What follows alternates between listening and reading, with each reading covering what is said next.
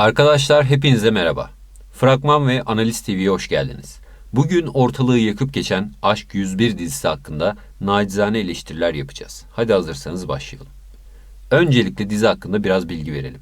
1998 yılında geçen ve günümüze uzanan Aşk 101, okula devam edebilmek için en sevdikleri öğretmenleri okulda tutmak üzere plan yapan 17 yaşlarında bir grup asi gencin hikayesini konu alıyor. Öğretmenlerini yeni basketbol koçlarına aşık etmek üzere işe koyulduklarında ise asıl kendileri aşk keşfetmeye başlarlar. Çıktıkları bu yolculukta birbirleri hakkında bildiklerinden çok daha fazla ortak noktaları olduğunu, beraberken ne kadar güçlü olduklarını ve sevginin zorla var edilemeyeceğini fark ederler. Dizi çekimleri İstanbul'un Beşiktaş ilçesinde bulunan Maçka Akif Tuncel Mesleki ve Teknik Anadolu Lisesi'nde gerçekleşti. Öncelikle diziyle ilgili eleştirilere geçmeden dizi hakkındaki güzel şeylerden bahsedelim. Oyunculuklar gerçekten iyi, hakkı verilmiş hissiyatlar geçmiş. Dizinin çekim açıları, ışıklandırmalar, yaratılmak istenen hava oldukça başarılı olmuş. Dizinin 1998 yılında geçtiğini de düşünürsek bizce gayet güzel bir kast ve sanat çalışması yapılmış. Dizide kullanılan şarkılar da gerçekten efsane olmuş ve dönemin havasını tamamen yansıtmış. Şimdi geçelim dizinin eleştiri kısmına.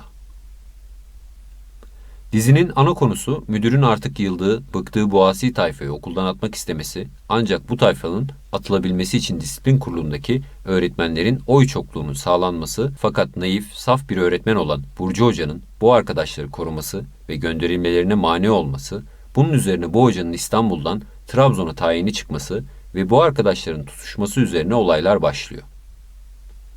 Hocanın tayini çıkması ve okuldan gitme ihtimali bizim bu arkadaşları okuldan atılacakları gerçeğiyle yüz yüze bırakınca bizim arkadaşlar da bu hocayı yeni basketbol koçları Kemal Hoca'ya aşık ederek okulda kalmasını sağlamak için aşk üzerine planlar üstüne planlar yapıyorlar. Şimdi müdürün bu arkadaşlardan neden bıktığına ve okuldan neden kovmak istediğine gelecek olursak, bu asi tayfadan biri olan Sinan alkolik. Sürekli okul içinde, dışında içiyor. Derslere çakır keyif geliyor ve okulu yakıyor. Başka bir arkadaş okulda kumar oynatıp kantine mal satıyor ve inek arkadaşlardan kurduğu takım ile ödev ticareti yapıyor. Bu arkadaşın adı Osman. Bir diğer arkadaş olan Kerem, okulun basketbol hakemi de dahil olmak üzere okulun yarısına saldırıyor.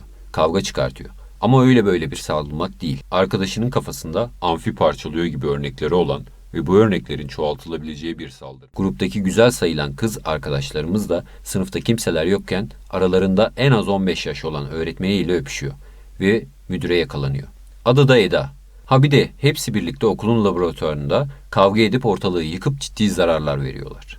Müdür abartıyor bence biraz. Sanki ne yapmışlar? Altı üstü 1998'de her lisede olağan olaylar. Bir de Işık diye bir kızcağız var ki saf salak bir arkadaş.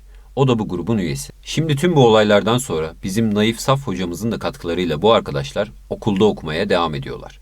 Tabii okumak denirse bunlara.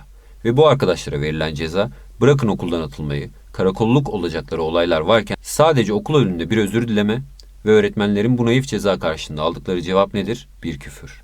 Bu arkadaşlara bu kadar yüz verilirse çok da anormal değil sanki bu durum. Tabi bu olaylar karşısında okulda öğrenciler arasında bir alkış kıyamet kopuyor. Bir bayram havası oluşuyor. Kutlamalar yapılıyor. Havaya öğrenciler atılıyor. Bu kadar olay üzerine bir de halk kahramanı oluyorlar okulda. Siktirin gidin. Özür dilemiyorum.